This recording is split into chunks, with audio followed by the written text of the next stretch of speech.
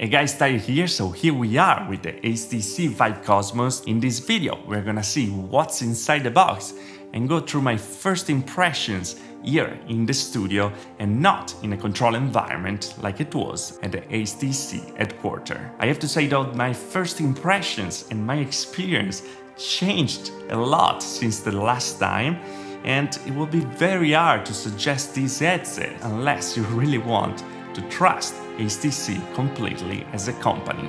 What does it mean? Well, we're gonna get to it in just a second, and for now, let's get to the unboxing. And here we go, HTC Vive Cosmos.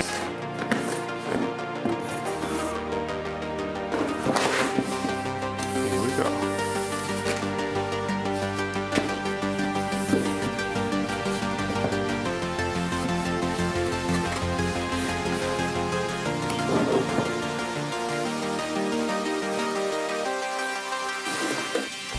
In the box you're gonna find stickers and a manual with all the things that are contained directly in the box. Very nice.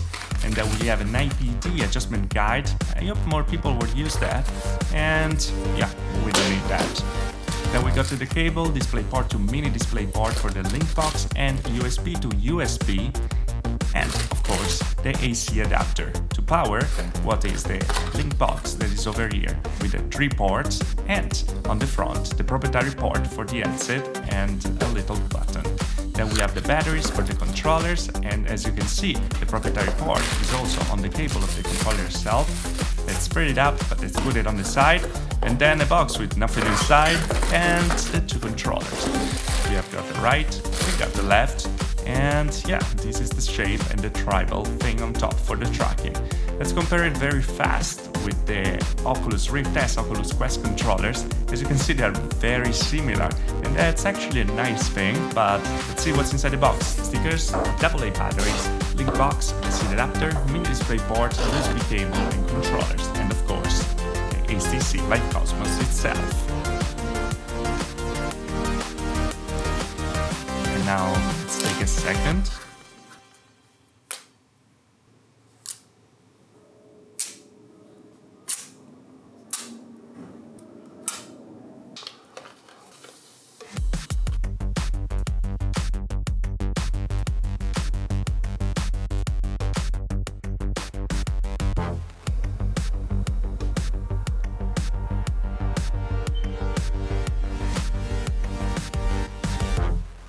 And here we are with the HTC Vive Cosmos. In this video, I'm not gonna go through all the specs like we did as the HTC headquarters. You can find the video over here, by the way, if you are interested in that.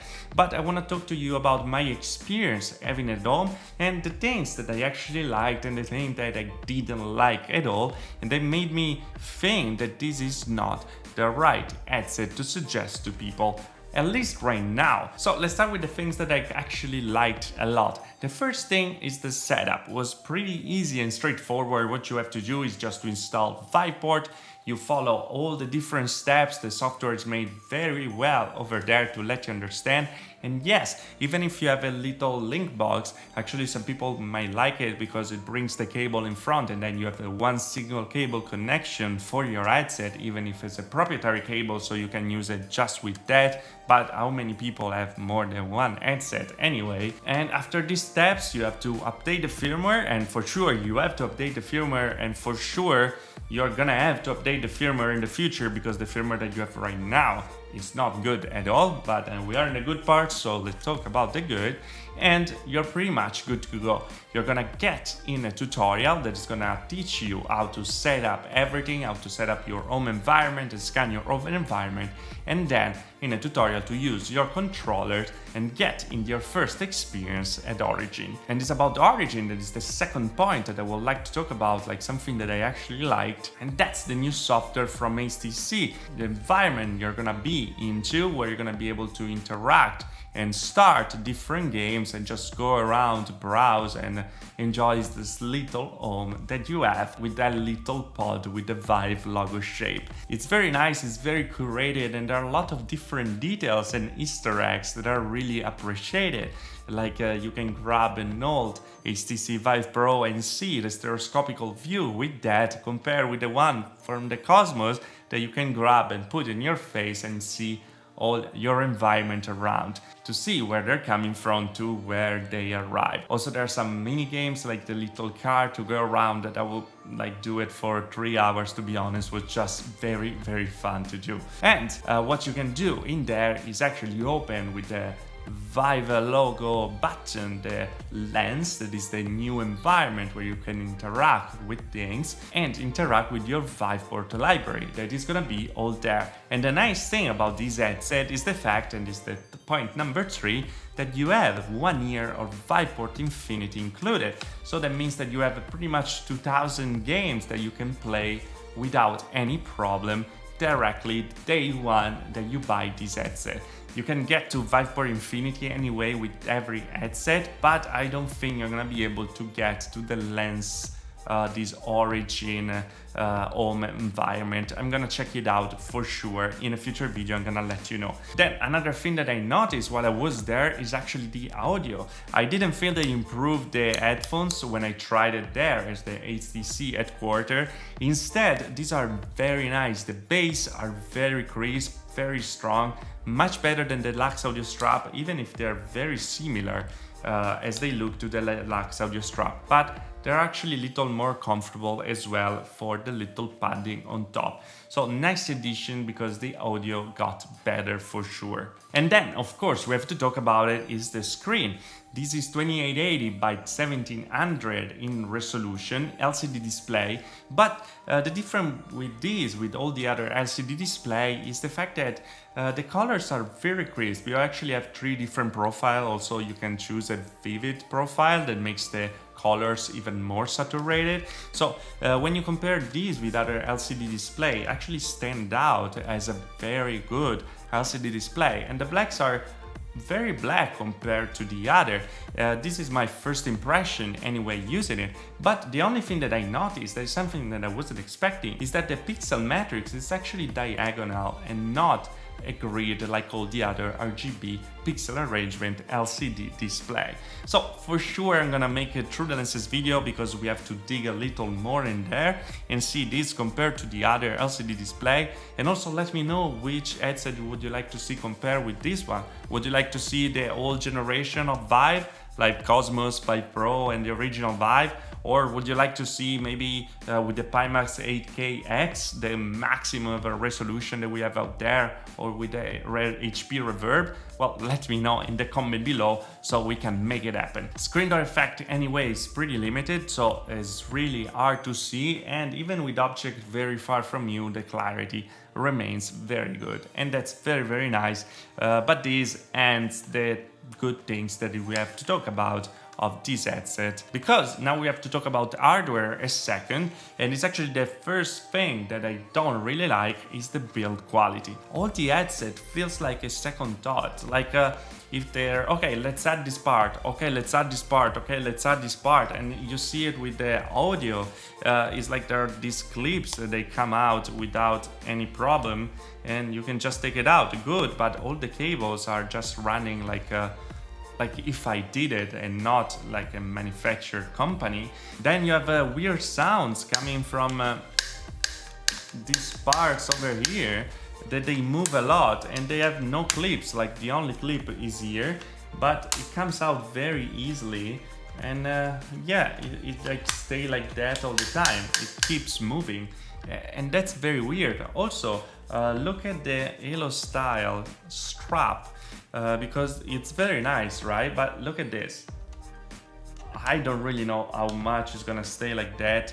I really expect this plastic to snap in the second, and I'm not making a lot of force, as you can see, but it's just going like crazy. I really hope this plastic is gonna keep the headset there, it's not gonna break in a second. Also, for the cameras, the two additional cameras are in the front. You can remove the plate in the front and you see the different connector that is over there. And that means that before, there wasn't really the idea of these two cameras, and we saw it also in the very early mock-ups, and then they added after, probably because of the competition. And yes, it's nice because it's upgradable. You're gonna be able to use the plate to have the HTC Vive with the lighthouse tracking. That is a very nice addition, but you're not gonna be able to use these controllers anymore.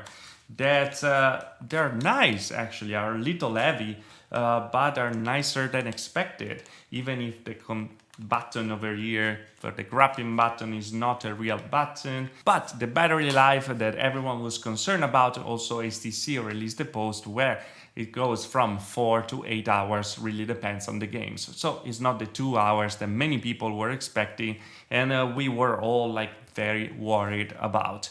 But let's get to the second part that I didn't really like, and actually the most awful thing, and this is the thing that kind of gives also the title to this video, and it's the tracking. Now, this is not understandable at all, because this is on the market now. You can buy it right now. I bought it for $6.99.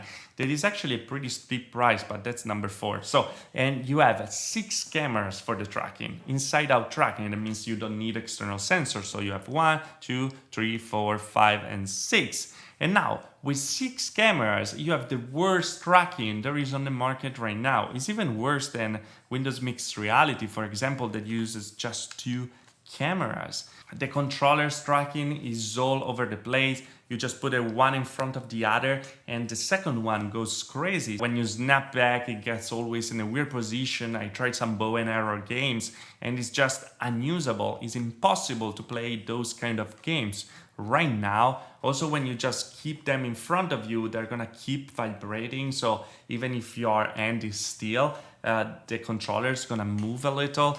It just feels weird and creates a disconnection from your brain and your VR experience. It's something that you don't want at all, because it makes the experience itself very weird. So yeah, maybe they're gonna fix in the future, but right now you can buy this, and for sure, because of this tracking, you shouldn't buy it. And it's not all, because you have to put your trust in the company, not just to fix the tracking, but also for the point number 3 of things that I didn't really like, and is the fact of the game support. Some of those games, like Onward, Pavlov, they're not gonna work. The controllers are not gonna be there. You're not gonna be able to play them at all because they don't support the HTC Vive Cosmos. Whatever you do, the controllers are not gonna be there. And that's a big problem, because we're talking about Onward, probably the biggest VR shooter out there, also Pavlov. And if those games don't support it, that means that HTC didn't go to the devs to ask for the support, but actually just released the headset without even thinking about the support of the different games. And now, do you think that these game devs are gonna be interested to support the Vive Cosmos if not enough people get to buy the Vive Cosmos? We saw some problem also with Windows Mixed Reality at the beginning. It took around a year and a half to get to the point where you can use pretty much really every app without any problem. And now, well, we are all over again, same problem. The Vive Cosmos, yes, but not for certain game. Not that you can use Pavlov or Onward anyway, because when you try to get like this, you have an occlusion and the tracking just go crazy. So maybe they did it on purpose, so you don't use them, and nobody noticed that the tracking is very bad. Just saying. And yeah, and let's get to the point number 4, that is the price. This is $6.99. Now, I'm gonna go, of course, with a full review in the future, so we're gonna see if it's actually worth the price or not. But so far, for now, from my first impression, everything at home, I kind of feel like I just wasted money because I was expecting something better. I was expecting something ready, and instead we have something that needs a lot of work, and I feel even more than usual, because when you buy VR, usually you're a beta tester, and we know that, but now I feel even more beta tester than usual, like an alpha tester, because I bought this thing for a premium price to have an experience that is just not working right now. So yeah, that's why I think that you shouldn't even consider to buy this headset right now, and you should wait, because this is not ready for the market yet. This is not ready to be used for regular people, because if people get in these headset, they're probably gonna get scared.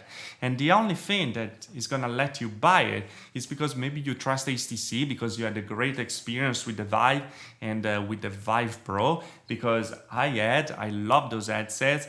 And well, now kind of getting to these very like half-cooked asset that you have right now. Yes, it has a great screen. Yes, it has great features, great audio, actually a pretty good comfort, even if some flaws.